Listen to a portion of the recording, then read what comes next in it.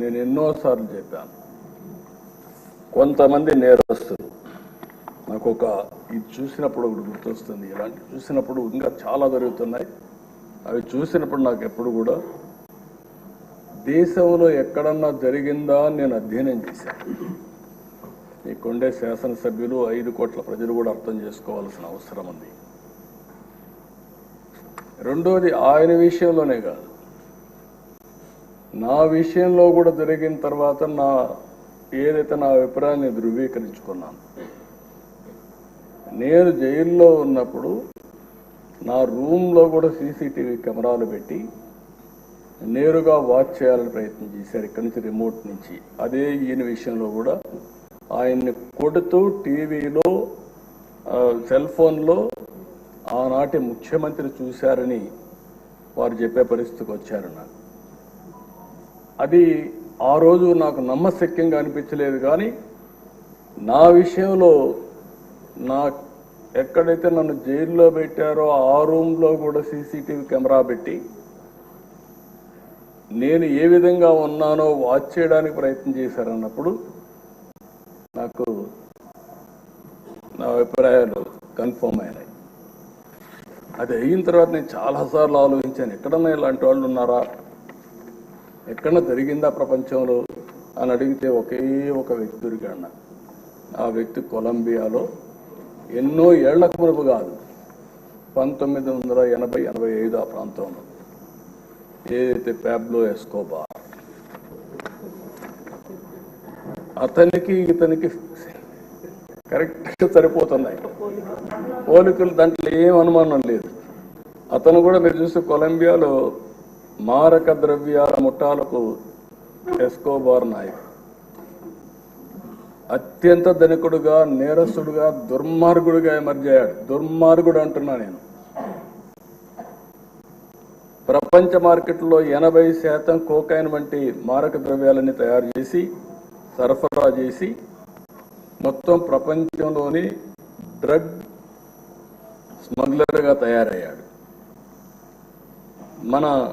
ఈయన కూడా చూస్తే గంజాయి వచ్చింది, డ్రగ్స్ వచ్చాయి. ఈరోజు నేను హామీ ఇస్తున్నా, ఎట్టి పరిస్థితుల్లో రాబోయే రోజుల్లో ఎవరైనా సరే గంజాయి అమ్మినా, గంజాయి పండించిన ఉక్కు పాదంతో ఈ ప్రభుత్వం అణిచివేస్తుంది. ఒక్కరోజు మాట్లాడా? ఒక్కరోజు కనీసం ఆలోచించాడా? ఎంతమంది పిల్లలు, ఎంతమంది నాశనం అయిపోయారు గంజాయి తీసుకొని, ఎంతమంది డ్రగ్స్ కడెక్ట్ అయిపోయి ఎన్ని ఘోరాలు నేరాలు జరిగాయంటే అన్ని ఘోరాలు నేరాలు జరిగే పరిస్థితి వచ్చింది.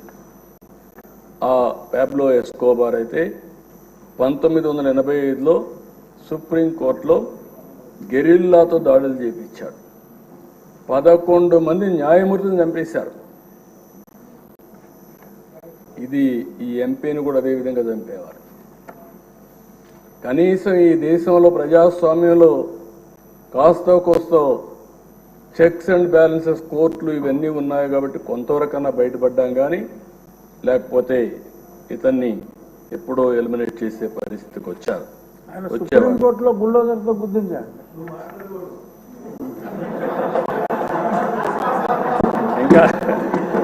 ఇంకా అలవాటు కాలేదు.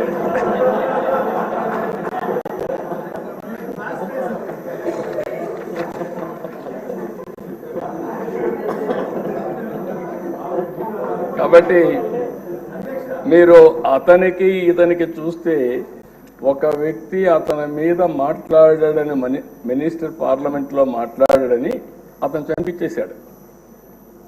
ఇక్కడ అదే సంఘటనలు జరుగుతున్నాయి. ఎవరైనా సరే మాట్లాడితే, ఎదురు తిరిగితే, లేకుంటే ప్రజాస్వామ్యంలో ఇది తప్పని చెప్పితే ఇంకా వాళ్ళ మీద పడిపోయే పరిస్థితి. శాసిస్తున్నాడు, ఎవ్వరూ మాట్లాడడానికి వీలు లేదని శాసించే పరిస్థితికి వచ్చారు. అలాంటి పరిస్థితిలో ఎదురొడ్డి ఇంకా ఎమోషన్ ఉంది. ఇన్ కోర్స్ ఆఫ్ టైం తగ్గించుకుంటారు. కానీ మళ్ళీ ఈరోజు ఒక పోరాటం చేసి పోరాట యోధుడిగా గెలిచి ఆ కుర్చీలో కూర్చున్న మిమ్మల్ని మరొక్కసారి మనస్ఫూర్తిగా అభినందిస్తున్నాను. ఒక వ్యక్తి చట్టసభకు రావడం అంటే ఎంతో గొప్ప అవకాశం. ప్రజాప్రతినిధులుగా చట్టసభలకు వెళ్ళిన వారు ప్రజా సమస్యలపైన పోరాడవలసిన అవసరం ఉంది. గడచిన 5 సంవత్సరాలుగా చూశాం. ఇదే కుర్చీలో అంత మునుపు 14 సంవత్సరాలు కూర్చున్నా